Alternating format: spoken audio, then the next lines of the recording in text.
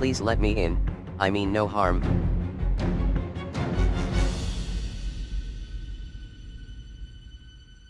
Okay.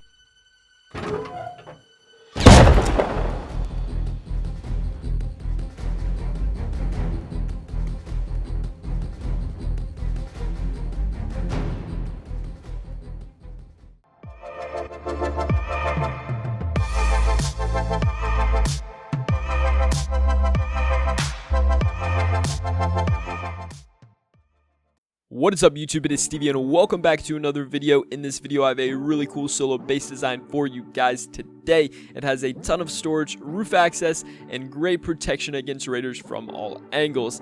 As always, make sure you go check out the Wankbank server. The information is on the screen right now and there's more in the description below.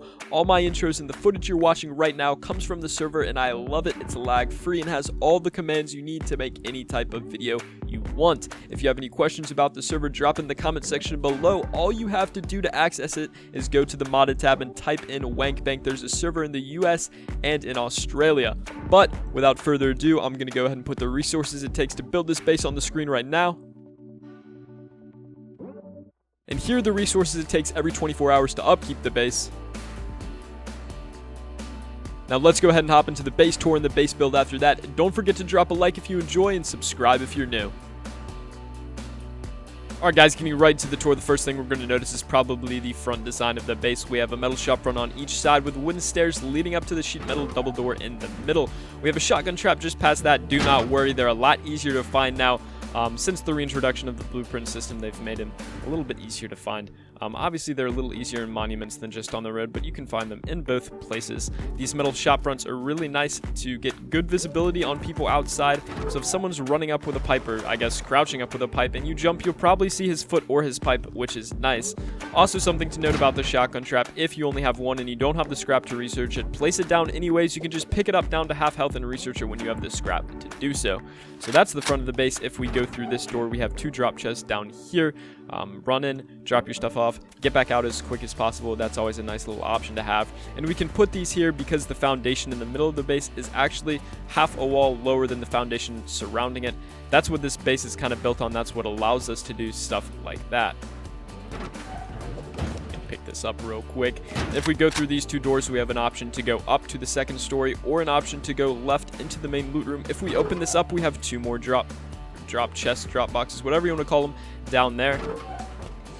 If we go past all these doors, we're into the loot room and it does look really nice. We have 15 large boxes, we have a barbecue pit, we have two tuna can lanterns, a sleeping bag, 4 small furnaces, and a level 2 workbench. Now obviously these are hard to break, so if you get a level 3, you can just move this tuna can lantern up and put a level 3 right here. There's a lot of extra room in here. You could actually make a duo if you want. It's completely up to you. We have a code lock tool cupboard. There's the resources it takes every 24 hours. It's really inexpensive in the metal frag department, and I'll explain more about that in a second. If we hop up here, we can hop up to the third story of shelves pretty easily if you're not bad.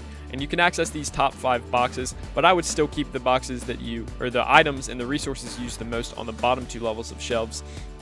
Now let's talk about the raidability of this base. Coming through the sides, obviously it's 2 walls. People can see that from the outside. They can see that it's probably 1, 2. So that'll take 20 satchels. I'm counting in satchels because that's what most people use nowadays. Due to the blueprint system, it's harder to find rockets and C4 and stuff like that. Each satchel takes 240 gunpowder. So to raid through 10 would be 2,400 gunpowder. To raid through 20, like it is to come through the sides, is math 4,800 gunpowder. Now, this is the most inexpensive to raid. This is the most inexpensive way to raid this base is through the side, but that can be fixed really easily. As you noticed me stating earlier, it only takes 546 metal to upkeep this base every 24 hours, which is not that bad. If we upgrade 1, 2, 3, 4, 5, 6 walls to sheet metal in the 4 roofs, it'll only take 250 extra metal per day. That takes it up to, math again, oh no, 796 metal frags a day, which isn't reasonable. That's a node and a half of metal each day, which is perfectly manageable. So I definitely recommend doing that. You can just upgrade it pretty easily. It does take the cost of metal fragments to build the base in the first place up, because each one is 200 and the roof is 100. But it's definitely well worth in the long run. Then if people come in through the sides, they'll blow through the first wall, see it sheet metal, and either stop or keep going and have to waste that many more satchels. If we keep going on this raidability of the base, if we come in through the top, it would be 1, 2, 3, 4, 5, 6 doors. 6 times 4 is 24 satchels. If we come in from the front, it would be the exact same. 1, 2, 3, 4, 5, 6 doors, 24 satchels. So if you were to keep the base like this, the easiest way to raid it is through the sides. If you want to upgrade it to sheet metal, the easiest way to raid it would be through the doors, which would only take 24 satchels. But that's not super inexpensive, and obviously with the addition of shotgun traps and other traps you find along your journeys, you can make it even harder to raid. But let's go ahead up to the third story, or the second story, sorry. There's only 2. If we go through these doors, we have the option to go up, like I stated earlier. Now, a lot of you guys are probably thinking, Stevie, that's a ladder. That's a blueprint. That's a hard blueprint. It's not that easy to find. And I agree with you. If you do have one, it's perfect here. This works perfectly. You can't fit a ladder hatches, can't do anything else, but I would put that there. But if you don't have it, that's why the furnace was here earlier that I took off. You can place this furnace, jump on top of here, open this, do a little run, sprint, jump, and assuming you aren't bad at moving like me, you can get it pretty easily, and obviously you'll get used to it as you continue to do it. So we get up here, just like that, no ladder needed, which is pretty nice. If we come over here, up, oh my gosh, I'm bad. If we come up here, we have a large box and a small box. You can fit another small box, but that would make it cramped, and I'm all about having a lot of open room. That's what my base designs are kind of all about. We have another large box right here. You could put guns and stuff if you want to run to the roof and kill people. But if we come through here, we have a sleeping bag. I can't speak. I'll explain the purpose in a second. If we open this door, and we open this door, this covers the right side. This is hinged on the left side. They can't push their teammates through, which is nice. It gives you a nice little airlock. If people are camping your door with a shotgun, they can't go deep on you. If we come out here, we have access to the roof. This is a nice little shooting deck to look off the back. So say that kid's building a base, I could kill him, assuming that he was actually an enemy, and this wasn't a build server.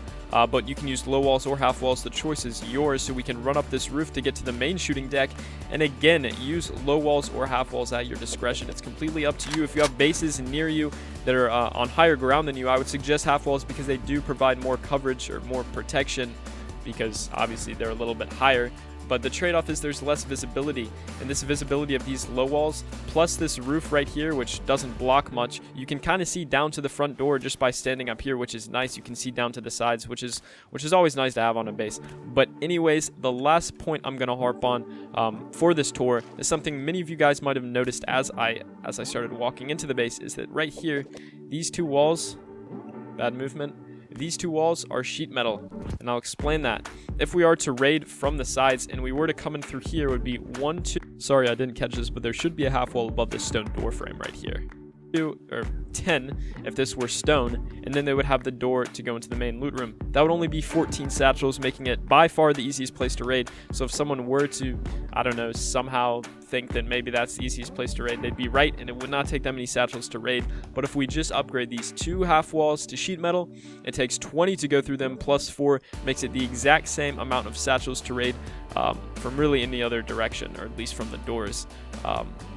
And it hardly adds to the cost of the upkeep, just 35 metal frags per wall that you upgrade to sheet metal per day, which isn't that bad. Real quick, before we get into the base build, I forgot to explain the purpose of this sleeping bag. This sleeping bag is, if you're on top and you're shooting at people and you get shot and you get killed and they look like they're running up, they could ladder up, then you could just spawn in here real quick instead of spawning all the way in that middle room, grab your stuff and get back inside. It does take 1 ladder to get up the side of this base. You can't be boosted up because it is a wall and a half tall, but it only does take 1 ladder. So that's why the sleeping bag's there. And now, without further ado, let's go ahead and hop right into the base build.